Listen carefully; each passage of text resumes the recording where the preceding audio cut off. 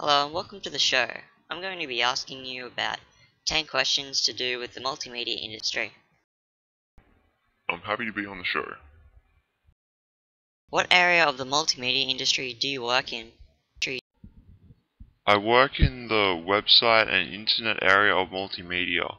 I currently set up and design websites for clients. Okay then. Are there many subsections in your area of expertise, or are you specialized in any specific area? Well, like all areas of IT, there's always new subsections and sections that need to be requantified. There's so many areas I could specialize in that are a subsection of where I am currently. For example, search engine optimization, database optimization, and graphic design are a few. This is a pretty broad question though. Yeah, that is a pretty broad question. So, what's the relevance to the industry from those subsections that you mentioned? Haha, that's also a hard question to answer. You have to think of it being like in a team. Without search engine optimization, you wouldn't have people finding your site. Without database design or optimization, you wouldn't have a site. Sure, some sites can exist without a database, but try to imagine maintaining YouTube, for example, without a good database setup. Graphic design isn't essential to creating the finished product, but it needs to be taken into account as people like to see pretty things, and they get deterred if it's ugly. Okay then. What are some of the features of the local and regional multimedia industry?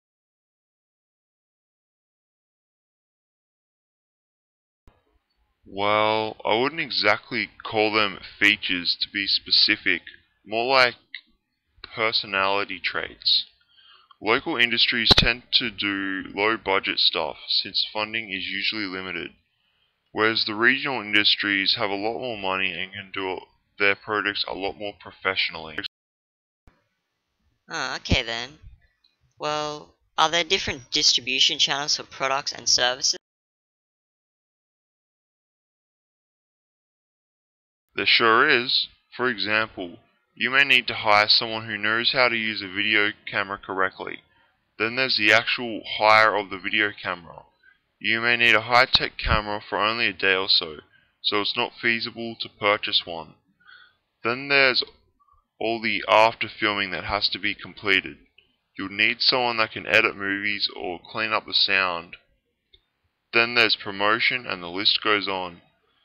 The point is there is definitely channels for products and services. Obviously, most websites are distributed over the internet via emails and internet chats. Okay. What are some of the major industry bodies for multimedia on the internet? This includes any unions and employer bodies. Well, with the internet, there's only really one union, you might say, the W3C, that stands for World Wide Web Consortium. There isn't really any union or governing body, but the W3C offers advice on web standards, but it's up to each company how they conduct their business. What career opportunities and career paths are available within the industry? Well, you can only really go two ways. You can either work in a company or be a freelancer. Being a freelancer might pay a lot more, but your job security isn't as stable. What are the roles, responsibilities, and employment rates of contracted freelancers working within the industry? Well, it really depends on the contract that you sign up with. It's usually written or verbal contracts. What advances in any type of equipment or technology used within the industry have occurred?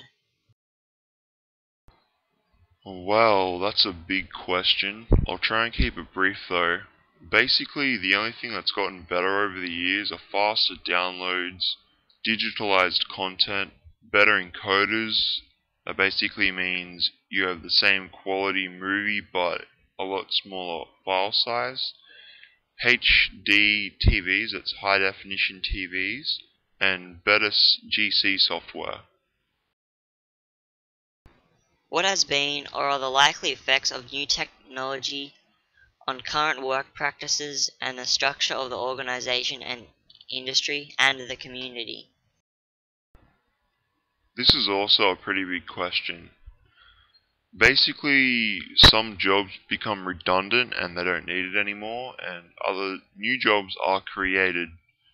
But you should always push forward to get better technologies because it makes everyone's life easier.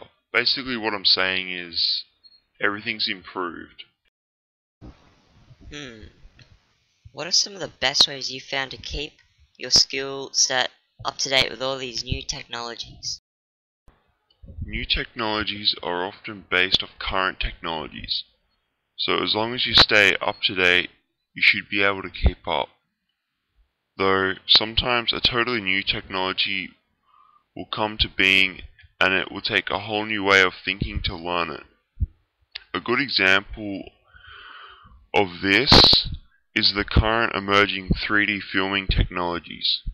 If you've seen the making of Avatar, you will know that they had to invent a whole new camera system in order to film the movie in 3D.